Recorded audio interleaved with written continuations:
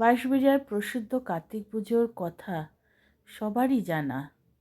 একটু গুগল ঘাঁটলে ইতিহাস বলে দেবে যে পর্তুগিজদের আমল থেকে প্রায় 400 বছর, 369 বছর, 370 বছর এরকম অনেক পুজো আছে যেগুলো পর্তুগিজদের আমল থেকে এখনও হয়ে আসছে। তো চলো আজকে আমার বন্ধুদের একটু দেখিয়ে দিই বাঁশবেড়িয়ার বলখেলা মাঠের একটি অন্যতম পুজো সন্তোষী মাতার পুজো। মণ্ডপটা দেখো আগে, প্যান্ডেলটা। তবে হ্যাঁ, আর একটা কথাও বলি যারা জানো না, বলখেলা মাঠে কিন্তু দুটো পুজো হয়, একটা বুড়ো শিব বাবার পুজো হয় আর একটা সন্তোষী মাতার পুজো হয়। একই মাঠে দুটো দুপাশে পুজো হয় এবং সারা মাঠ জুড়ে মেলা বসে, খাওয়ার স্টল বেশি থাকে।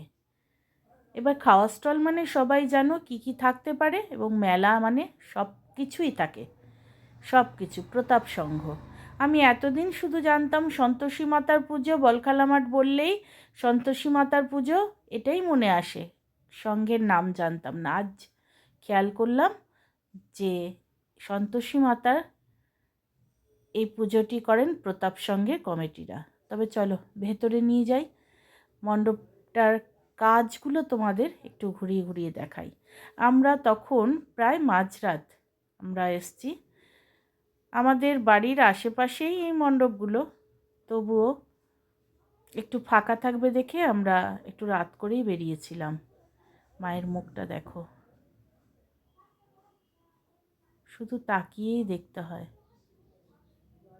হাত জোর করে মায়ের দিকে শুধু তাকিয়েছিলাম। মায়ের কাছে চাওয়ার কিছুই নেই, সব জানেন।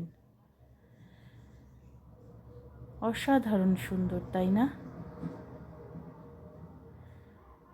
সমস্ত সৌন্দর্য যেন মায়ের প্রতিমার মধ্যে নিপুণ হস্তে শিল্পী ঢেলে দিয়েছেন। কেমন লাগলো অবশ্যই জানিও। টাটা।